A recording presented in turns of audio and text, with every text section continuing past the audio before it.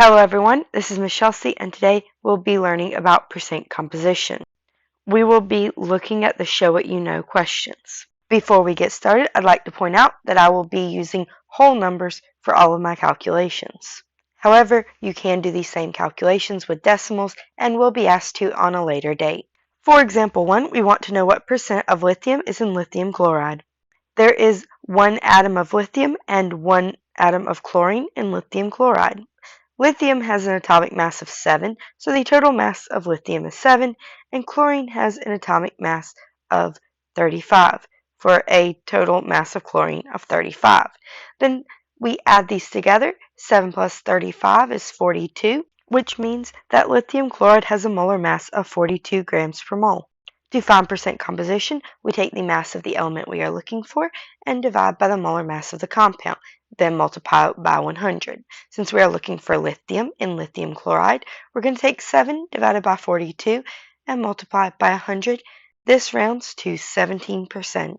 That means that 17% of the mass of lithium chloride is lithium. Now for example 2, we want to know the percent of bromine in magnesium bromide. There is 1 atom of magnesium with a molar mass of 24 grams per mole, and we can multiply this to get 24 grams of magnesium.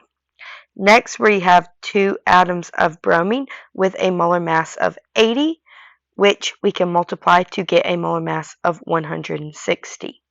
Then we can add these together to get 24 plus 160 equals 184 grams per mole. Since we want the percent composition of bromine in magnesium bromide, we're going to take the mass of bromine, 160, and divide by the mass of magnesium bromide, 184. We can then multiply by 100 to get 87%. In example 3, we want to find the percent chlorine by mass of aluminum chloride.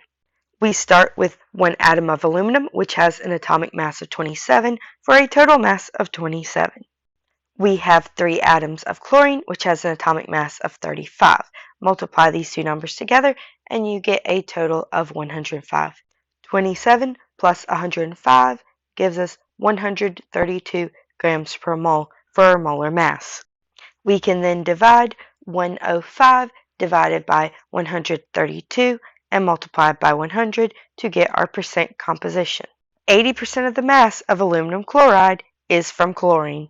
For example 4, we want to know what percent of KNO3 or potassium nitrate is nitrogen. Let's start with 1 atom of potassium, which has an atomic mass of 39. We also have 1 atom of nitrogen, which has a mass of 14.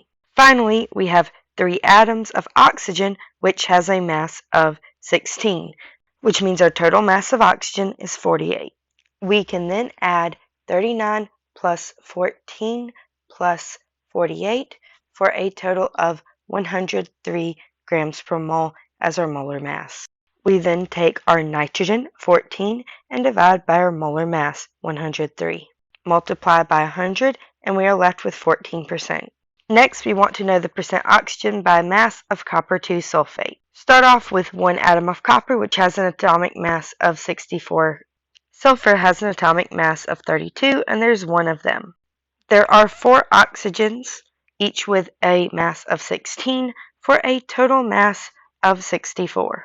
Add all of these together, and you get a molar mass of 160 grams per mole. You can then divide the mass of oxygen, 64, by the molar mass, 160, and multiply by 100 to get percent composition. 40% of copper sulfate's mass is due to oxygen. Finally, let's calculate the percent oxygen by mass of magnesium bicarbonate.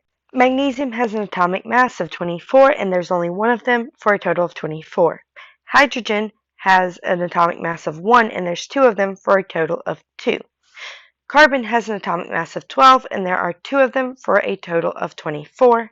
And oxygen has an atomic mass of 16, while there are 6 of them for a total of 96. Add all of these up to get a total molar mass of 146.